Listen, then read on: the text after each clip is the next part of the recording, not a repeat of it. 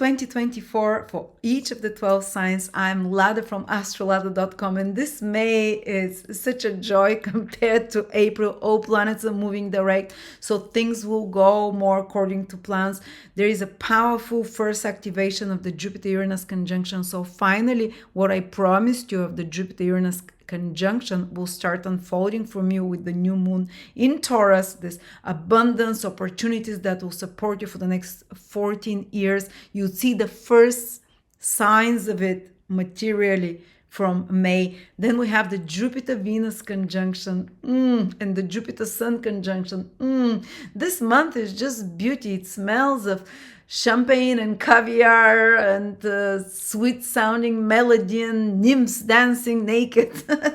this has this Taurian lushness and beauty of Jupiter-Venus sign and abundance and camaraderie. So it's and then we have Jupiter entering a new sign. I'm gonna cover each of the 12 signs, how Jupiter will affect you for the next 12 months.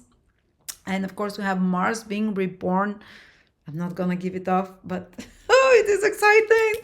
Okay, I really love this month. But before we start, I have created a short tutorial for an hour and a half, just $9.99 for each of the 12 signs, whoever is interested in it, to how each of the 12 signs, their first and second marriages, and how their life changes after marriage. For example, Aries and Libra, their financial situation is intimately connected with their partnership. So it really changes for the better or worse, usually for the better. Pisces, for example, they can have property much more easily after they get married. Or do you know that Scorpios are more likely, and Taurus are more likely to have hidden relationships, and we're talking ascendants here mostly, and moon, or to marry foreigners or someone from a different religion. Or Aquarians have a pattern of marrying someone from a different country as well. And I'll explain to you, it's fascinating. You know that the second marriage of some signs is much better,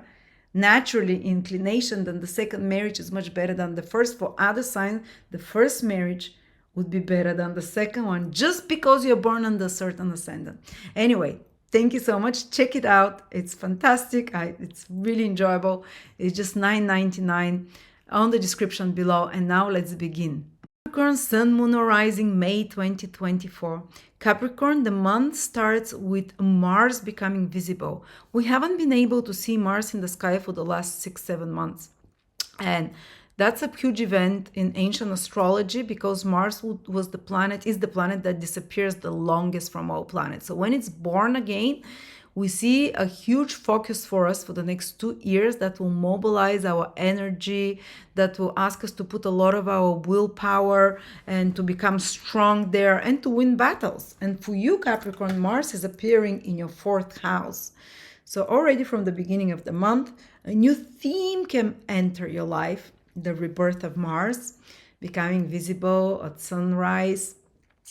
A new theme of, maybe some of you might want to build a property. Some of you might want over the next 2 years. Some of you might want to relocate. Some of you might want to put a lot of effort into, or maybe the theme of becoming parents, Mars, or the theme of being involved and putting a lot of energy and a lot of your activities connected to home, family, property, real estate. If you're someone who is already in real estate, you can become very proactive there. Things can start moving. It's fantastic to build something at home, to land, to big developments connected to real estate. Or you can just be initiating family or property or something like that, where you put a lot of energy, maybe over the next year and a half, decorating something. Of course, it can initiate some of the more darker manifestation of Mars, which is arguments or some shocks and surprises with family members, home, property, damages there. But that's for the low manifestation. And I think it's good because Mars is in Aries and it's not going to be born there again for maybe 30 years. It's not going to become visible for the first time in Aries for a long time. So I think it's a very important, not just May, but the next year too for you, something to do with home, settling, parenthood responsibilities, and you solve problems there. You're go, you put a lot of logic, ingenuity, innovation with anything to do with real estate, property, and so on. Maybe a lot of energy around parenthood as well and in the home. So all those themes, I say, give you the green light with Mars being born in the 4th house. On another level, we have a new moon, which is activating exactly the last month Jupiter-Uranus conjunction. And many people said Jupiter-Uranus happened. Well, maybe I had an insight or two, but nothing life-changing. And you said Jupiter-Uranus can be life-changing, freeing you abundance. But it's 14 years. It's a cycle that just started. So every time it gets activated, a new part of the story unfolds. And the first time it's going to get activated ever is now on the 8th of May. And then around the sun and the moon will activate it around the 8th, the first 2 weeks after the 8th. And then Venus activates it those first couple of 3 weeks of May. So the first activation of this very lucky conjunction that will show new opportunities for you, that will unfold, and opportunities for abundance and growth and meaning and purpose in your life over the next 14 years. Now come probably the first ideas, the first signs for them. And what are they connected to in your 5th house? Check out my April video, more in depth what the 5th house means, because I don't want to go repeat myself, but some important events, positive, can happen for you in May connected to children, pregnancies, or the life of your child, new chapter that will be a source of pride for you, a source of growth for them financially, and maybe for you as well. A new idea can come to you. 5th house is not just our children, but our thoughts and original ideas are also our children. So is your own business if you have it. It's your baby. So a new eureka moment ideas of a business to develop can come. That again is not just active in May. 14 years it can take it a few years to unfold, and then 14 years, it's a source of some kind of blessings for you, opportunities, Jupiter, Uranus, big luck, sudden. So creative ideas, May, powerful for you. Finding your joy, something that you're passionate about. If you haven't felt joy of life and passion, that can be powerful trigger for you. And it's not only now in May, because Jupiter will join with the sun in your 5th house of joyful life, vitality, ability to feel inspired and happy. And then Jupiter will join with Venus in this 5th house. Creative ideas can flow. Romantic love. And this theme stays for a year, because the cycles are just starting. Even though Jupiter will leave your 5th house, it just started 3 cycles. One with Uranus for 14 years. So something creative or whatever 5th house idea can become a source of meaning, purpose, fulfillment, and material success for you for many years. But then Jupiter starts a 1-year cycle with the sun in your 5th house and 1-year cycle with Venus in your 5th house on the 18th and on the 23rd of May. So bam, bam, bam, 3 cycles. Yes, Jupiter leaves your 5th house of creativity, and you think, oh, so after May I'll be like a dull and uninspired. No, the cycle just started. But here, maybe a child, maybe a creative project, maybe a 8th house is become famous on a stage somewhere. Actors, whatever. If you're in 5th house careers, are you in fashion? Are you in entertainment, in glamour? Are you in anything creative, basically? Art, theater. Are you, like me, entertaining people? It can also say this is entertainment, for entertainment purposes only. Even though I consider it more than that.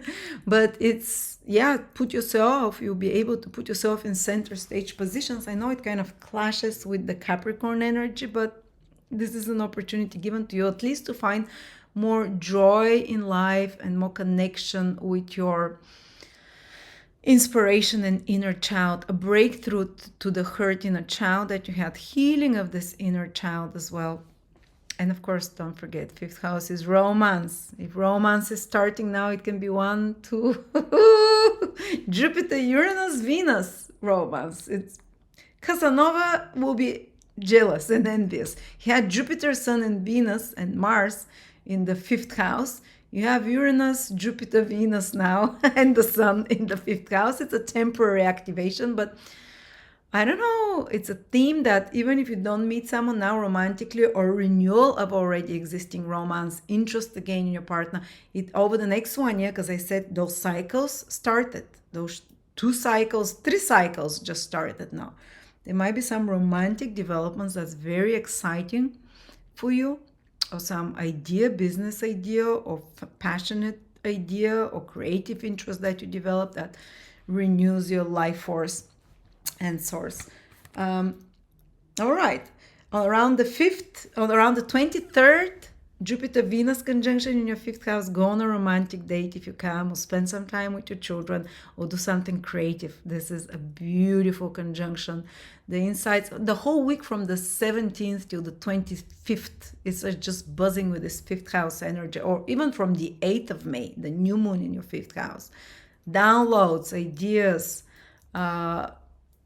feeling in the flow, creative output, let your hair down, party more, go on holidays. Fantastic time for this. Fifth house is holidays, having enjoyment, putting yourself in the spotlight, creating something, going on dates, Jupiter, Venus.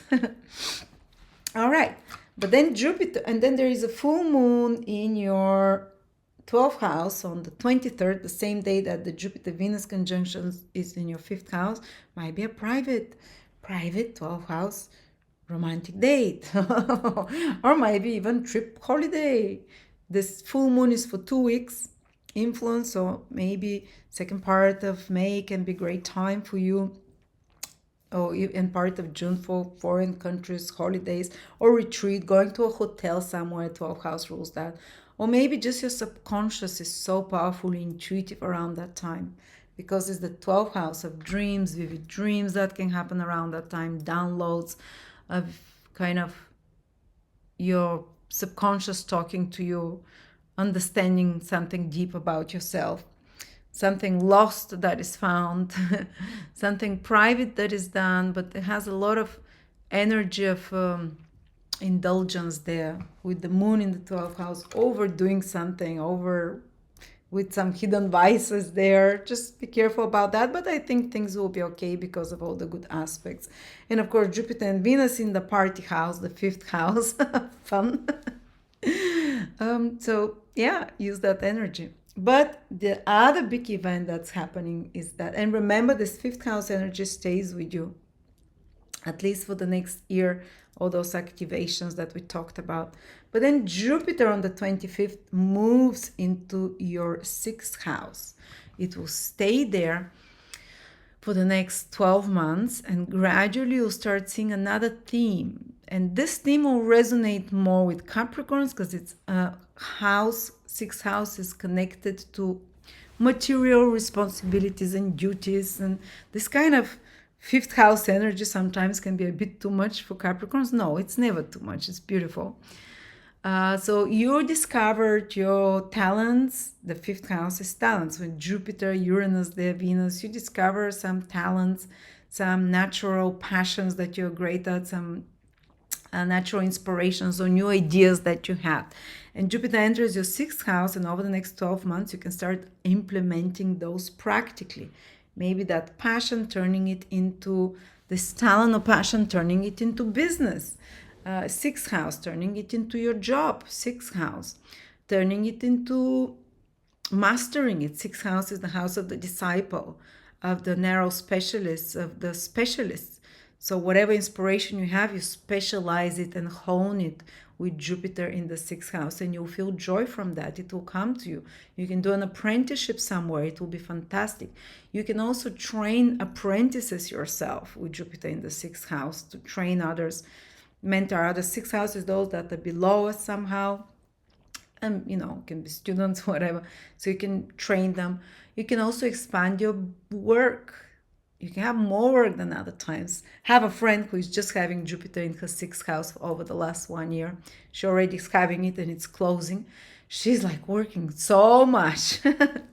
Well, another friend, she Jupiter, it can go both ways. Jupiter in the sixth house can liberate you from a job that you no longer enjoy and can introduce you to new interests or new job that will feel more fulfilling.